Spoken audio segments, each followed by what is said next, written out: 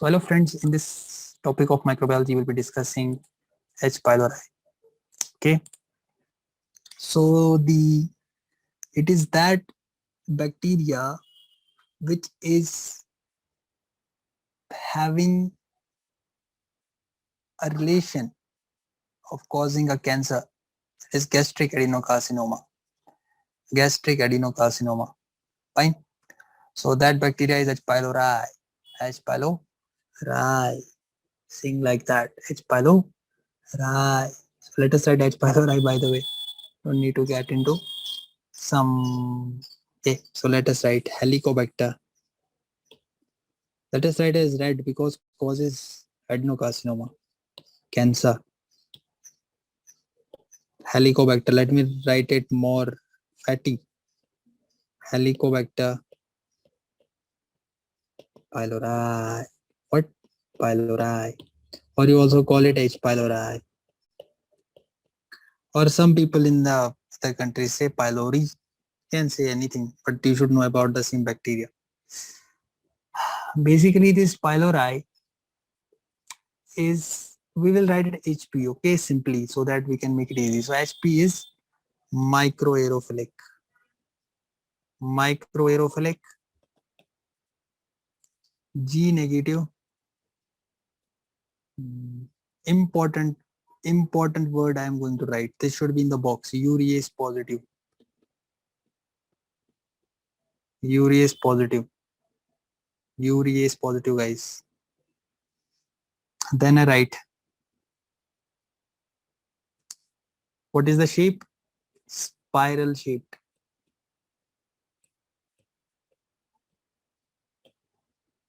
Lophotrichus.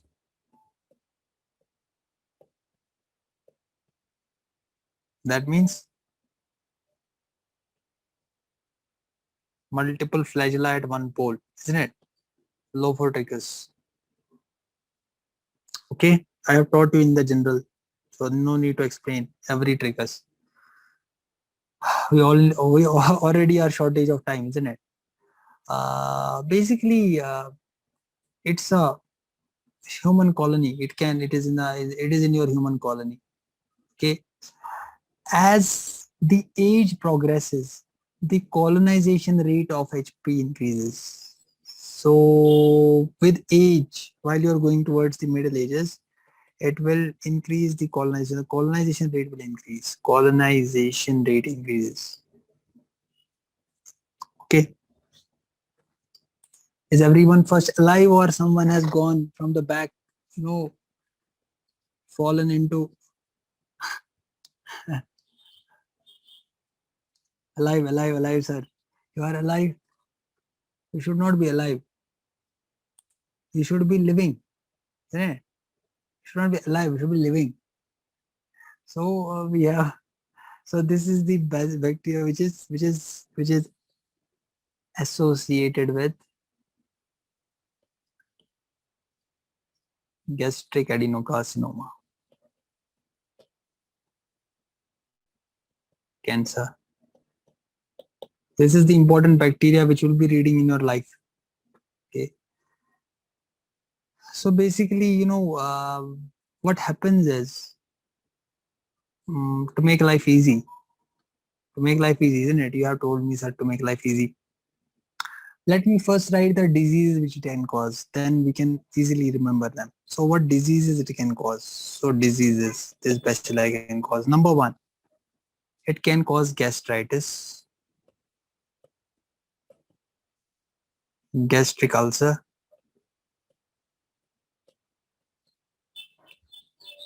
duodenal ulcer,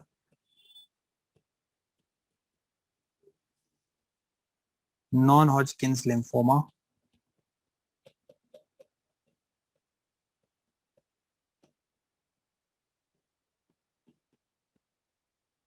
non-Hodgkin's lymphoma of stomach,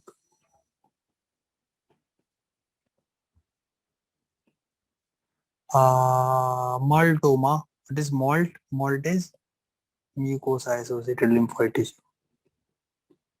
Mucosa-associated lymphoid tissue. Okay, let us drink some water so that we can.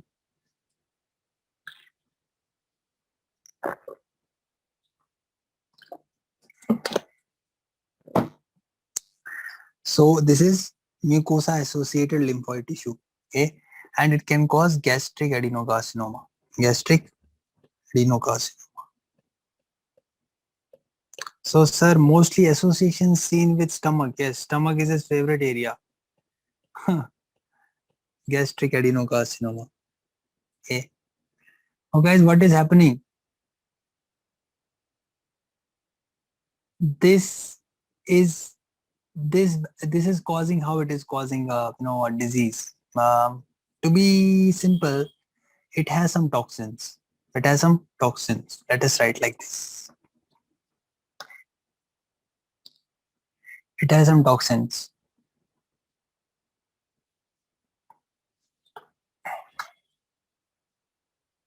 So it has some toxins. What toxins it has? It has Waka toxin. What is that toxin? I remember by two gene names. Okay, Waka cytotoxin. Waka. What? Should speak in the way I'm speaking. Why, sir? This is the way we can remember things. Then we'll forget everything. Waka and Kaga. What? Waka and Kaga. So we have Kaga protein and Waka cytotoxin. What? Waka cytotoxin. This is Kaga protein. Waka. Kaga. What a beautiful name, isn't it? It feels like, you are singing something, a hip hop song. Waka. Kaka, isn't it? Waka. So this Waka protein, this Waka cytotoxin is called vacuolating toxin. Vacuolating toxin.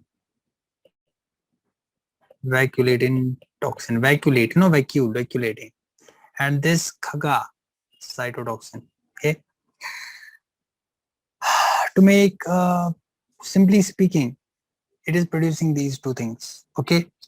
Sorry, it's not basically the same. It's the same thing. Okay, I forgot to write like this. Or this is called Kaga. Okay, so Vaka cytotoxin is also called Kaga protein. I'm sorry. Please correct it. I'm sorry. I got lost in something else from the window. Okay, so Vaka cytotoxin. That's why concentration is important. So Vaka cytotoxin, or it's also called Kaga protein. Okay, so it is able to produce this.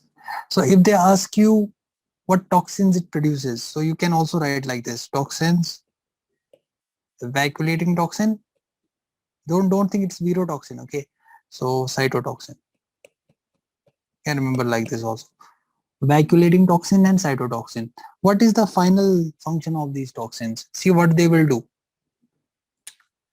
And remember also that all these strains of H. pylori are not producing this. Remember that thing also. All H. pylori strains are not producing this. What happens is, once we have a fecal-oral transmission, okay, once you have a fecal-oral transmission, what happens? It will go to the receptors on your gastric mucosa. It has so many things within. You know what it has? It has urease. It has urease. Sir, what is the function of urease? What it does with the urease is it converts the urea to ammonia. It converts urea to ammonia. Urease. Urease. Okay, urease. Once it converts it into ammonia, what this process will help him? It will help him to insert into the gastric epithelium. Epithelium. Okay, gastric epithelium, gastric epithelium.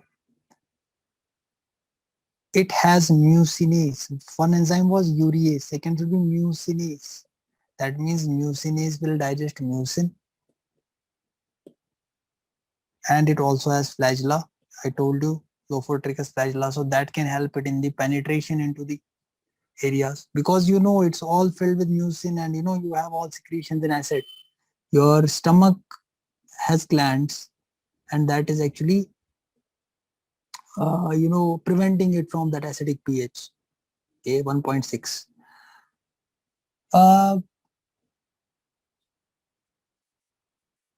There are some receptors on the gastric mucosa. They are called fucose containing receptors. Fucose. fucose containing receptors. So they will attach to these receptors on the GI mucosa. And it also has some blood group association. Okay. Fine.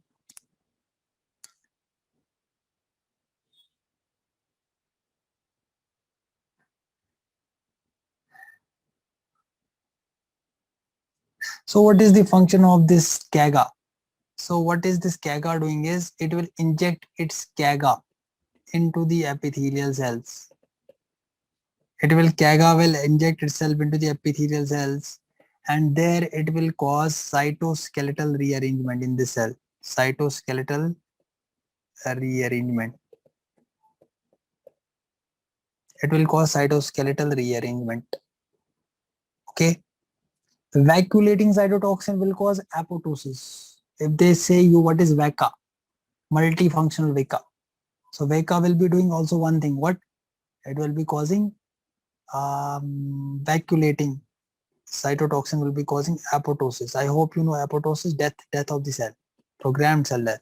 Okay, programmed cell. This you don't have to go into that much detail. Just remember that once you have this infection, what will happen to make life simple? You will have a gastric ulcer. Okay, gastric ulcer. If this gastric ulcer is for a longer time, that is a chronic irritation or chronic period is happening. It's chronically there. What will happen? On chronic irritation, you will have a cancer, gastric adenocarcinoma, gastric adenocarcinoma. Fine. Okay, easy. Okay, so we also call it what? You can call it CAD positive, OX positive, urease positive. So it's a triple positive. Okay. Now, if it is having a urease enzyme, do you think that urea will be urea breath test can help me in the diagnosis? Urease produces ammonia. Okay. By the way, what does it do if it is producing ammonia? See, what is the pH in the stomach? I will give you some association from the little bit association. What is the pH of the stomach? Is it acidic or basic?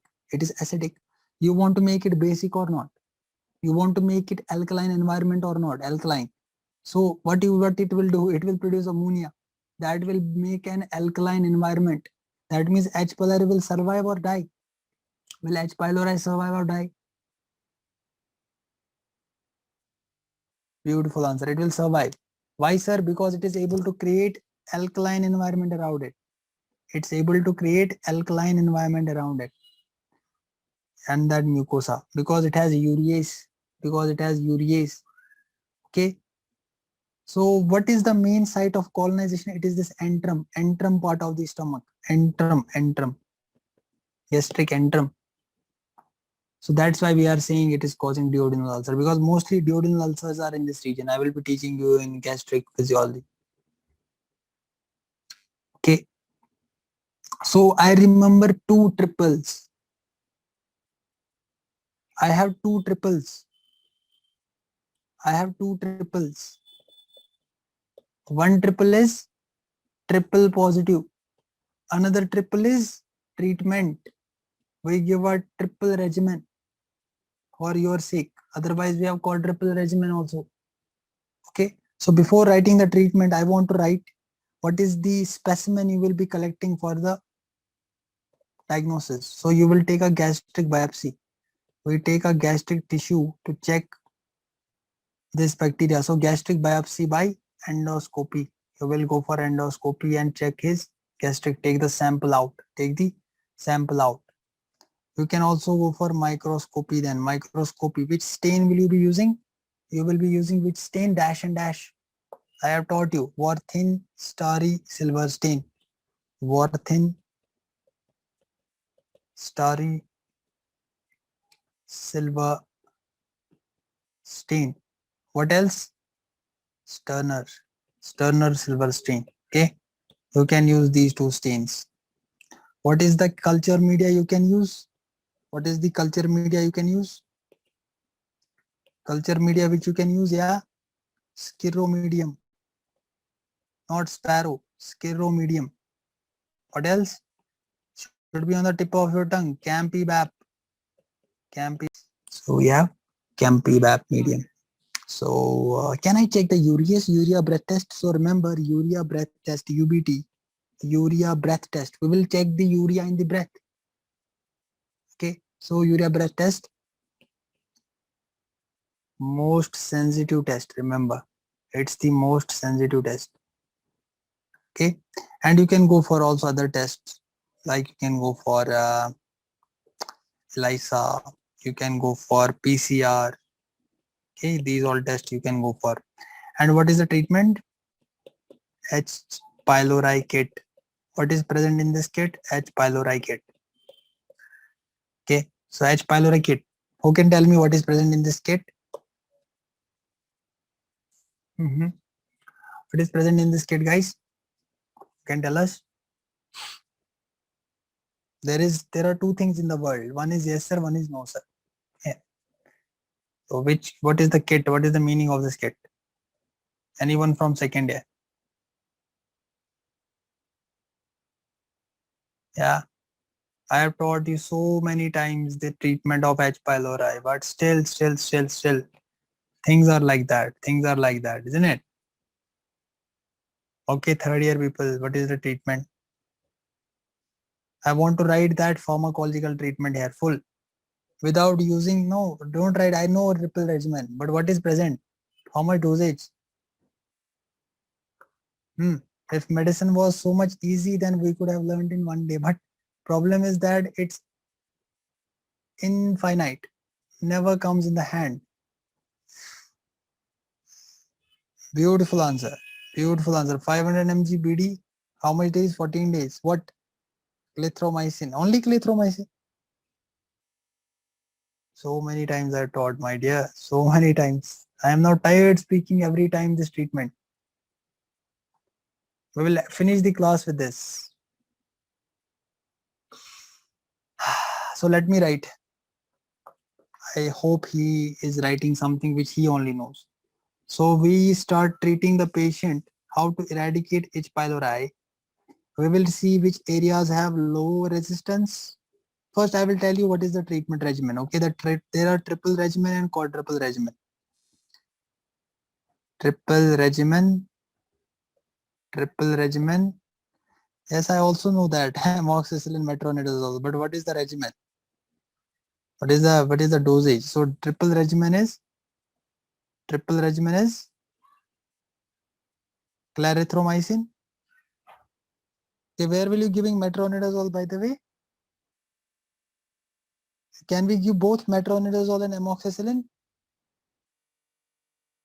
So this is not clear.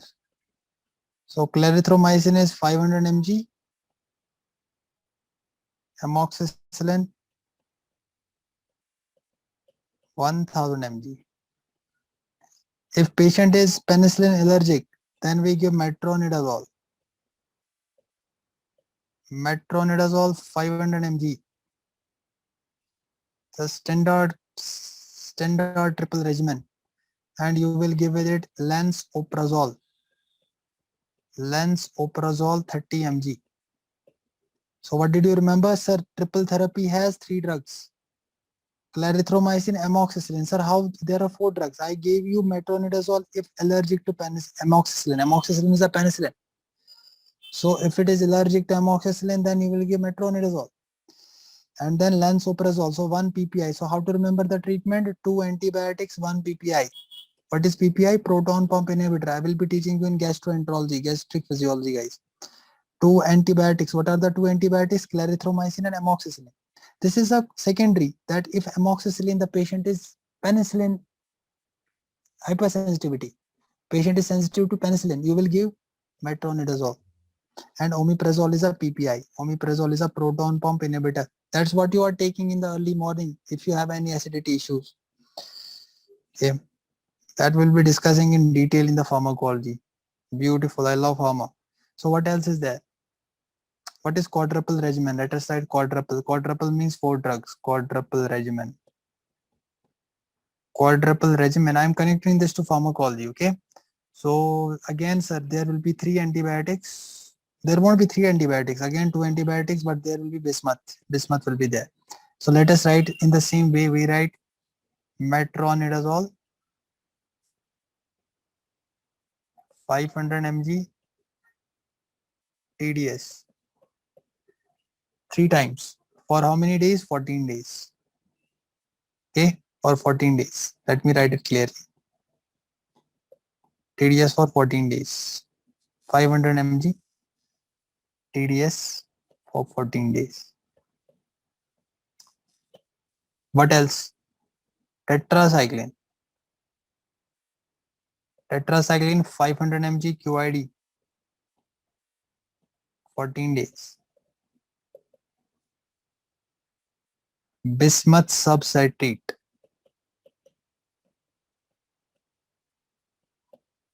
120 mg QID 14 days.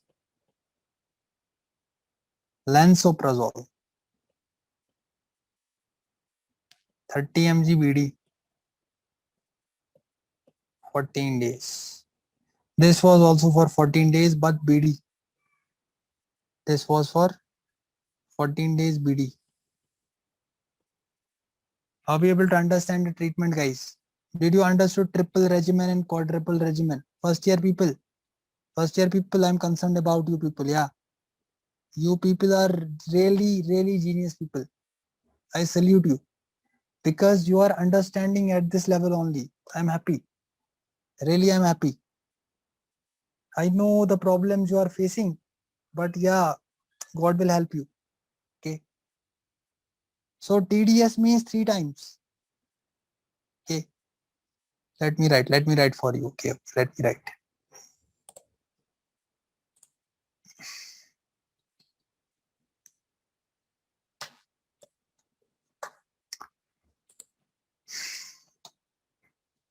It's not working.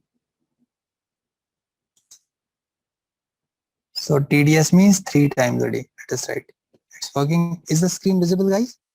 TDS means 3 times a day. 3 times a day. TDS or TID they will be writing. Or TD they can write. Okay, in the prescription. So what else? QD. QD means 4 times a day. 4 times a day, can you understand? Yeah. Okay. So I had last time given you everything about this. Okay, don't ask me again. These things are, what is this? Okay. What is the meaning of, by the way, QID? What is the meaning of QID? Why we call it 4 times a day? Because QID stands for quarter in die. Quarter in die. What is TDS?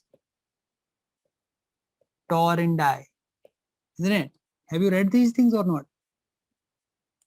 Guys, have you read these things? Second year people, I'm telling. Second year. Tor in die. Okay. So that means, okay. Okay, let us write here. So what about PV per vaginal? Per vaginal means vaginal. PO means per os or per oral. PR means per recto. Okay, stat means immediately, statin, immediately. Nebule means nebulization, nebula. Okay, so these are the things you have to understand. Okay, I will be teaching them in detail. Don't go into that much detail while learning. So, so OD means every day, omni die. OD means every day, omni die. Okay, is it clear, friends? Guys, SOS also. SOS means psi opposite. Psi opposite means if necessary. Doctor writes if necessary. If you feel that you have headache or fever, then take it. So SOS means that drug. So I hope you are not learning these things. Okay, don't worry. I'll be covering them. These are all clinical things. So this is the regimen we will be giving. And I hope you have enjoyed this topic. See you all in the next class. Take care and bye-bye.